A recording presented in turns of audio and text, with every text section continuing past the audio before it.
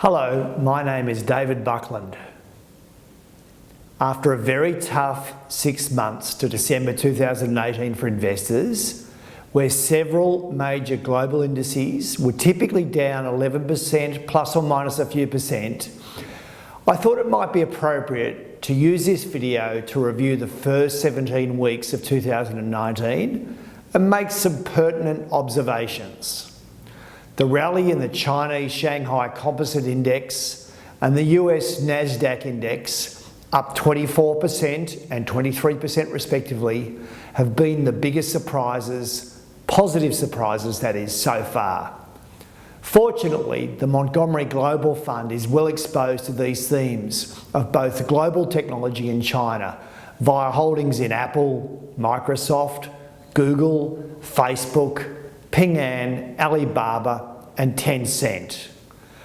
I am pleased to report that the Montgomery Global Fund is up 22% so far in 2019, outperforming its benchmark, the MSCI World Net Total Return Index in Australian dollars by 6% after expenses.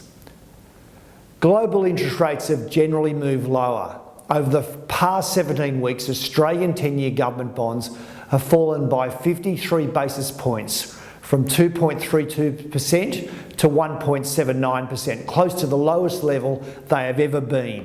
German 10-year bonds have declined by 26 basis points to a negative yield of 2 basis points.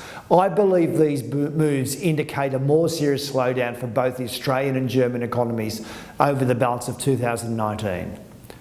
On commodities, oil has jumped nearly 40% so far this year, iron ore is up 12% and copper is up 10%.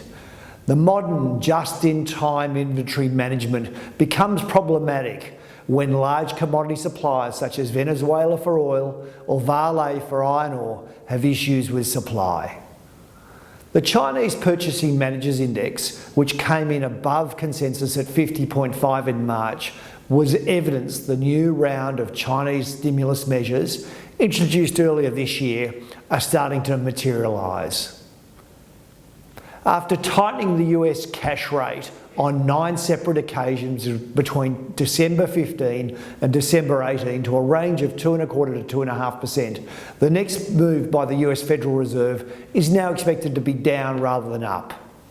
And this is despite the fact the US economy grew by 3.2% annualised in the March 2019 quarter, and the decade-long expansion is likely to continue for the foreseeable future.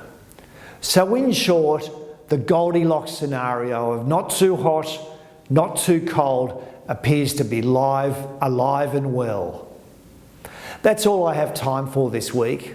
Please continue to follow us on Facebook and Twitter.